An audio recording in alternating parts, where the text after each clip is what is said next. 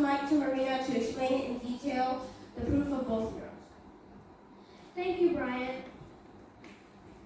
So first, I'll talk about the limiting probabilities for all large gaps G. So when counting the number of occurrences of a gap of size G for all G greater than max PQ, we force terms HI and HI plus G to be chosen, and please don't touch terms in between. Doing so forces a gap of size G in between these terms. This is a nice case since the recurrence resets, meaning the left and right-hand sides of the gap are independent, so we can form a left count and a right count, and by multiplying them together and summing for all I, we get our number of gaps of size G theorem. We can prove that edge ranges are insignificant, meaning we can ignore small values of I and just do asymptotic analysis on the middle range, which gives this main term, as shown below. We used Lecoq-Cokur's theorem to calculate the total number of gaps and found that it was asymptotically equal to this shown here. Now we find the probability of picking a gap of size G out of all total gaps, and as n approaches infinity, the limiting probability geometrically decays in R1, where R1 is the dominant root of our characteristic polynomial. Thus, the large gap theorem is proved. Now, think of this as a classroom where all students are sitting nice and far away from each other. They're not talking, not arguing, not interacting. This is not always the case. Think about the small gaps. The small gaps is like a classroom where students are sitting close to each other, arguing, bickering. It will give you a nightmare. So, this might not be the most practical thing in the world. Instead, we use a different approach. Here's our limiting probability for small gaps G. As you can see, here are two examples of left and right-hand side interactions. Here are two more examples of these interactions. And here are even more examples of these interactions. So, we introduced a transfer matrix and state count vector method to save us from this chaos. To explain those two terms, I must first introduce a binary string. This is crucial.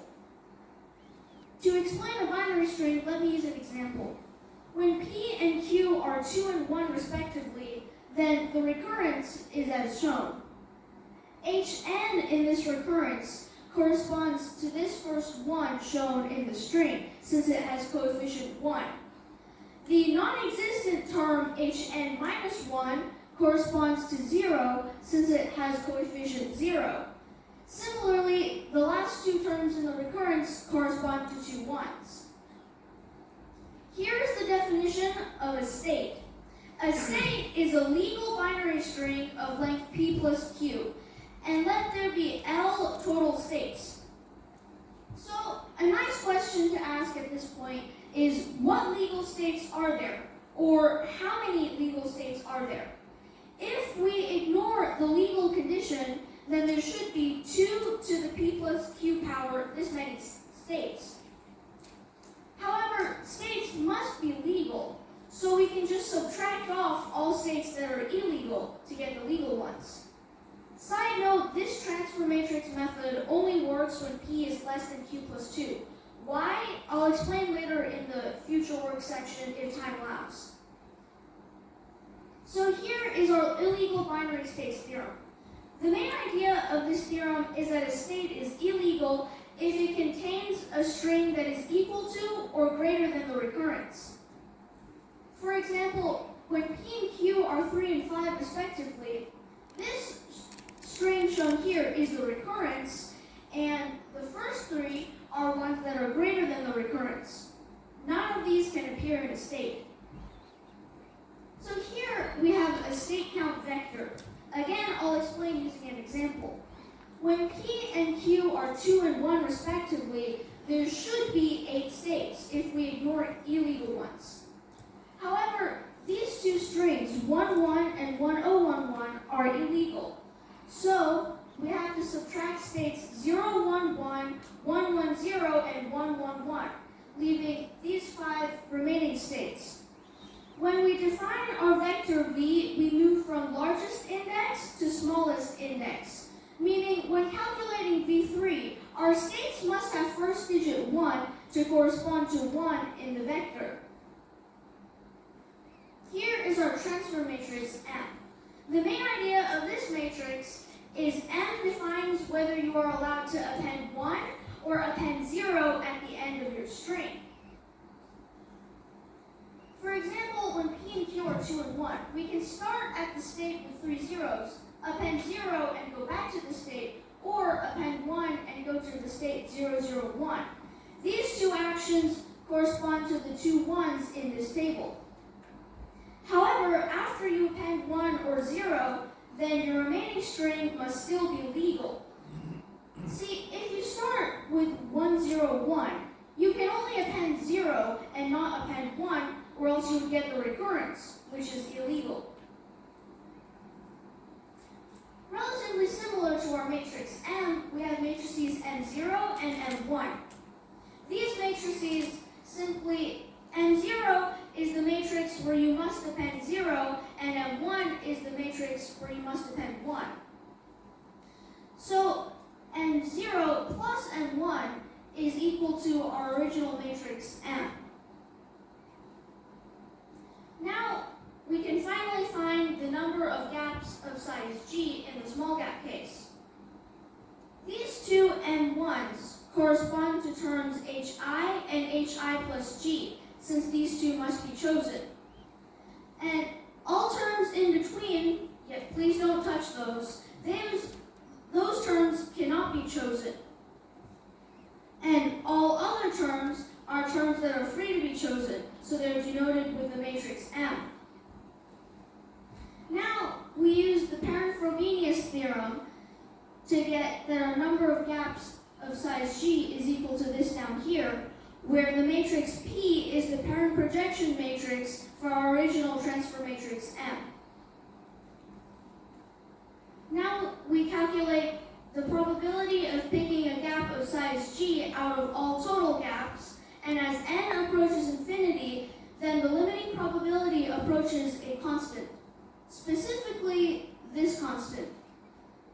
And thus, the small gap theorem is also proved. After we proved these theorems, we used a table of data to check that they were correct. We did so in two ways. Here you can see a column with a list of probabilities for all small g. Here is a list of sum of probabilities for large g. By adding these two together, we get this column shown in red. And it's pretty close to 1, where the only error occurs from rounding errors. So our theorem should be correct. Here on the left, we again have our probabilities for small g. On the right, we have P35 of g, which is our probability when n is equal to 35. And as you can see, these two are again pretty similar, and the only difference is since obviously 35 is not actually infinity. So now we are very sure that our theorems are correct.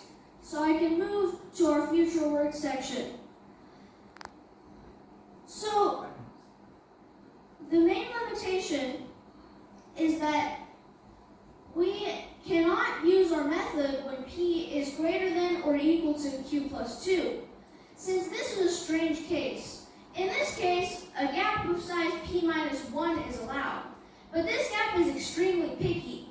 It doesn't like to occur in initial conditions and will only occur later on in the recurrence, meaning it's very difficult to define legal states, since the number of legal states change from time to time.